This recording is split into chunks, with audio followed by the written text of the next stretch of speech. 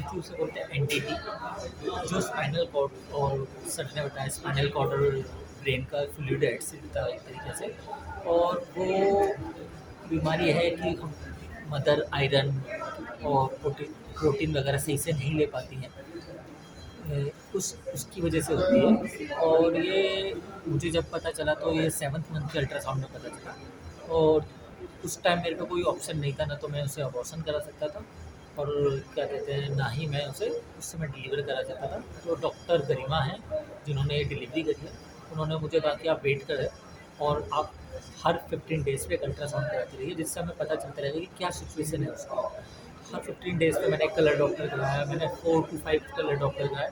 After 5th colour Doppler जब 9th month start हो गया था तो उन्होंने 11 अगस्त को उन्होंने मेरे से कहा कि अब मुझे डिलीवरी करनी पड़ेगी। तो उन्होंने 12 अगस्त को एडमिट करा, 13 अगस्त तक उन्होंने वेट करा। जब नॉर्मल डिलीवरी नहीं हो पाई तो उन्होंने सर्जरियन एक ऑपरेट करा, और ऑपरेट होने के बाद उन्होंने तुरंत मुझे ऑपरेशन थिएटर में बुलाया। बच्चे की सिचुएशन नहीं, उन्होंने मुझे सजेस्ट करे 2-3 हॉस्पिटल। उसमें उन्होंने कहा कि अगर आप मेरे उस पर जाएंगे तो डॉक्टर राहुल गुप्ता पे जाइए।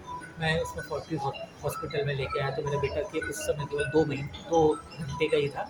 तो डॉक्टर राहुल गुप्ता की टीम और डॉक्टर संजीव सब ने देखा, तो उसके बाद ये ऑपरेट हो पाया और ये ऑपरेट सक्सेस हुआ। अब बच्चे की क्या कंडीशन है? बच्चा पहले से हाथ पैर चला रहा है, और वो जो हीट सर ने बताई वो हीट दोबारा से ऑपरेट नहीं हो पाई।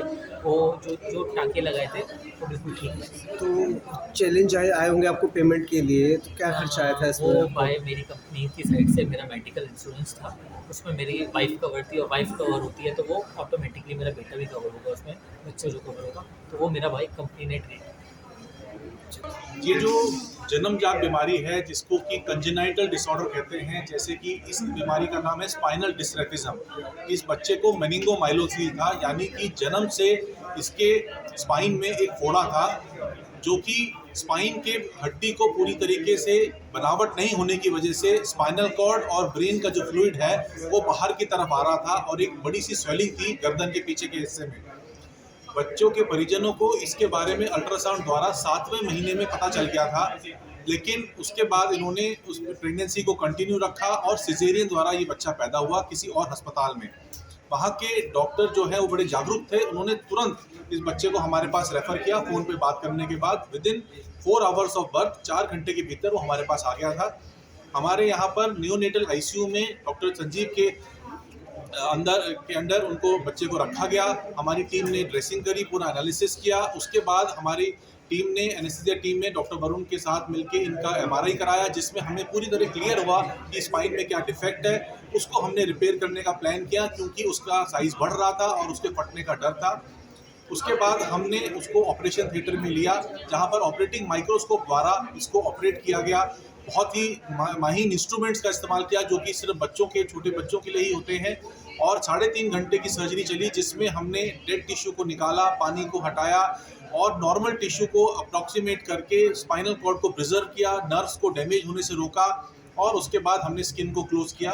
चूँकि स्किन और सॉफ्ट टिश्यू बहुत ही नाजुक होता है 34 घंटे के बच्चे में, तो हमें बड़ा धीरे धीरे आराम से वो काम करना पड़ा।